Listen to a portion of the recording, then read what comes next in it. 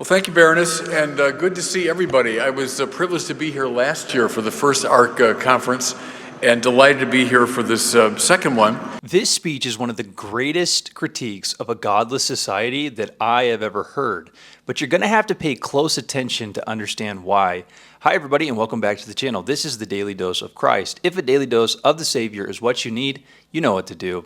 All right, so in this clip, Bishop Barron is giving a powerful and impactful speech on God to the ARC Conference. So the ARC Conference is the Alliance of Responsible Citizenship.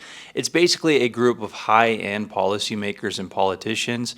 For example, Mike Johnson, the Speaker of the House currently, spoke at this event as well. So this is a group of highly impactful leaders, highly impactful policymakers, and Bishop Barron perfectly explains why society must be built on God. Check this out.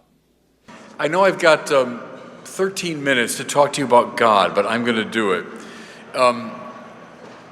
There's been a lot of talk, and there will be more talk at this conference about economic development, political development, and so on. And I'm here as a bishop of the Catholic Church to speak to you about God, because my deep conviction is there can be no real political and economic development without some reference to the summum bonum, to the highest good. You can't tell the story of Western civilization without reference to God. My thesis is when God is bracketed, God is set aside or forgotten, societies tend to collapse in on themselves and they implode. If we want real progress and not just a superficial one, we have to have reference to God. Now, I want to make the argument in brief compass by beginning with the structure of human consciousness, what the medievals would have called the soul. Now, the soul has a dynamism, the great medieval doctors said, a dynamism toward the infinite. Everything in us, spiritually speaking, is directed upward and outward toward the infinite. When that is frustrated, trouble ensues. I'll give you a great image for that. Look in Dante's Divine Comedy. Satan is not dwelling amidst flames. He's rather stuck in ice.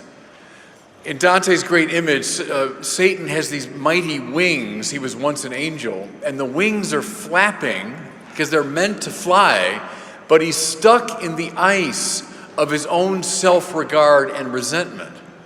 What's the result? The flapping of the wings over the ice just makes the environment of hell colder. Now, can I suggest to you, that's a terrific image for a culture that's collapsed in upon itself. Meant to fly upward and outward toward the infinite, but now stuck in the ice of its own self-regard. Now, I mentioned for the medievals, the soul has a dynamism. Look at it first in terms of the mind. Our minds seek the truth. They seek true things, and they find it. Think of the magnificent achievements of modern science. Think of all the achievements of philosophy. The mind seeks the truth. But it's satisfied only very briefly. Once it knows a particular truth, 10 more questions arise, and it seeks more and more and more. When it answers those 10 questions, 100 more questions arise. Thomas Aquinas referred to the mind as the intellectus agens, the active intellect, seeking more, more, more. Because finally, Aquinas argues, what the mind wants is not any particular truth or even a collectivity of particular truth. What the mind wants is truth itself. It wants the truth in its unconditioned form. Same thing with the will. The will seeks the good, and it finds it in great moral acts and great acts of justice. So we're talking a lot about politics and social arrangements. As we achieve particular acts of justice, the will is satisfied. Briefly, because it wants more justice, it wants greater justice, it wants a higher good, and it seeks it and finds it, and then wants more, because finally the will is oriented not to a particular good, but to goodness itself. Same is true of the soul's desire for beauty, everybody. We want beauty, we seek it. We rejoice when we find it. We want to create it. And for a short time, the soul is satisfied by these achievements. But then it wants more beauty, deeper beauty, higher beauty. Because finally what it wants is beauty in its unconditioned form, the beautiful itself. Go right back to ancient philosophy. Go back to Plato's Symposium and the great speech in that document by Diotima. And she says, look how we're beguiled by a beautiful face or a beautiful figure or person. But then she says, by this inevitable outward impulse, we seek higher and higher forms of beauty until, she says, finally, we turn to the open sea of the beautiful itself. That's Plato. You find the same thing in the Bible. Only in God will my soul be at rest. You find the same thing in St. Augustine. Lord, you've made us for yourself. Therefore, our heart is restless until it rests in you. So that gives you a taste of what Bishop Barron said to an audience of politicians and policy makers on the necessity for God, for a society to flourish. If you want to check out the full speech, it's in the description below. I do want to show you one more little piece of this speech that I think is so crucial and so impactful to understand the full development and argument of Bishop Barron's thought. So notice what he's saying first. A society has to be aimed at the summum bonum. That is Latin for the highest good. We might use the term idealism or ideal. You see, a society has to be pointed towards something that transcends the current situation that it is in order to progress and advance.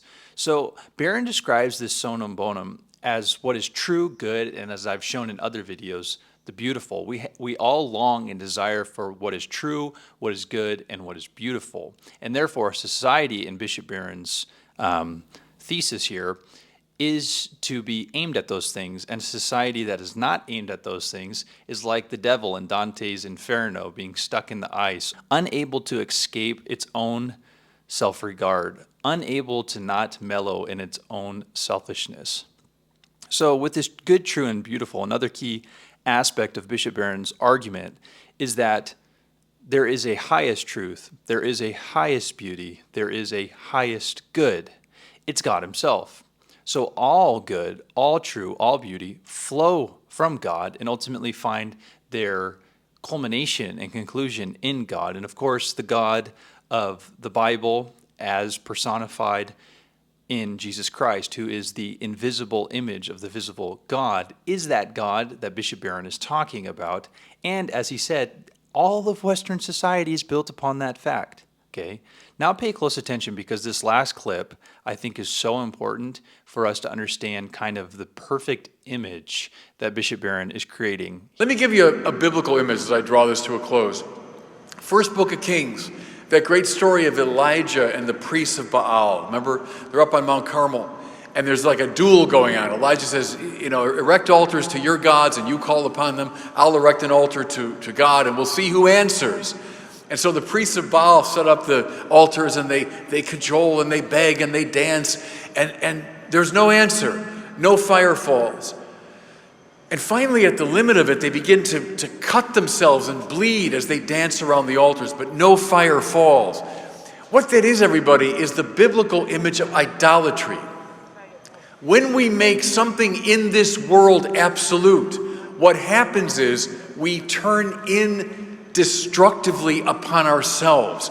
All the energies that are meant to press us outward toward the infinite are now turned against ourselves. The cutting and bleeding of the priests of Baal is a symbol of a culture caught in an idolatrous rhythm.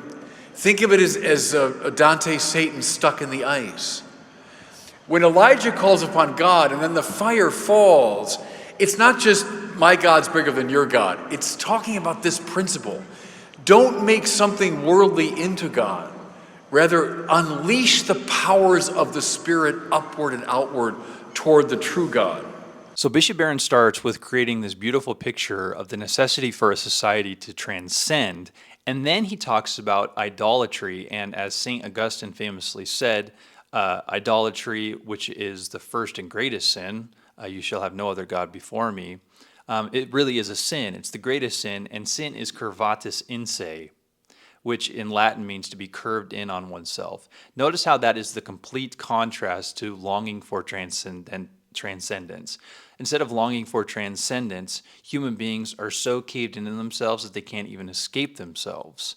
This is a vivid contrast that it shows the biggest issue that we have in our society. The biggest issue that we have in our society is idolatry. Now, think about idolatry. What's so important to see with it is that we all aim at a highest good, but it really matters where you're pointing that highest good or what that highest good is. So, for example, in our society, the issue is not that we aren't seeking. It's not that we're lazy, for example. It's not that we're complacent. The issue is that we have other gods.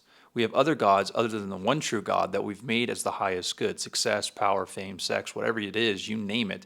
Those things have taken the place of God, and they're the fundamental thing that we seek. But what that really is an implosion. It's an implosion because it's not the one true God. And that's the brilliancy of what Bishop Barron is saying here. All the society, and you have to see, this is why it's so subtle, and this is what you have to understand of why this was the biggest critique of a society that I stated in the beginning. If a society is not pointed towards the triune God as the highest good, it will always implode and it will always fail. History backs this up.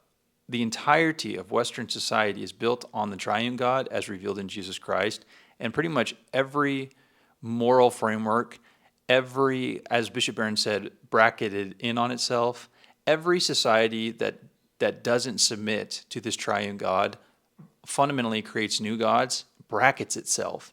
It's curvatus in se, even though it's seeking after something. What is it seeking after? Selfish desires. It can't get out of that. And the only way you get out of that is if you look to Jesus. So in my opinion, Bishop Barron made a really powerful point in his speech at the ARC conference. He's arguing that to save civilization, we can't just rely on our own merits, our own efforts, our own ideas for political idealistic advancement and economics. We need something bigger than ourselves, and he's absolutely right on that. Without a sense of something higher, something transcendent, society will always fall apart. What he's saying is that when people stop believing in God, they don't stop believing in something. This is idolatry. They just start making other things their God, whether it's power, money, or ideology, as I've said. People will always find something to help them to transcend their current limitations that they find themselves in, because we all want to be free. But the problem is these things don't make us free. They make us lost, divided, and self-destructive. You can look at the 20th century. You can look at the entirety of history to make that point. I think Barron is warning us that if we keep going down this road, we're going to lose the very foundation that made our civilization strong in the first place, namely a society built upon God, namely a society built upon God that is the Christian God. And this is what I want to say for us Christians. At the heart of this argument, and I think you can induce this, he's saying that Jesus Christ is the answer, but he's also providing a passive challenge to us Christians to step up, talk about God. Don't let others say that this culture is not built upon Christian values or built upon the Christian God. Jesus Christ is kurios. I've said this often. You need to be curious about the kurios. Kurios means Lord. Jesus isn't just another politician in the ring. He's the king of the entire universe. Everything ultimately flows and comes down to his word and his mandate. And until people see that, and until they align to his goodness and his example, society will never, ever thrive. If you enjoy this content, be sure to like and subscribe. Let me know what you think about what Bishop Barron said in his speech in the comments below. Remember that Christianity is Christ, and without Christ, there is no Christianity. See you in the next one. Peace.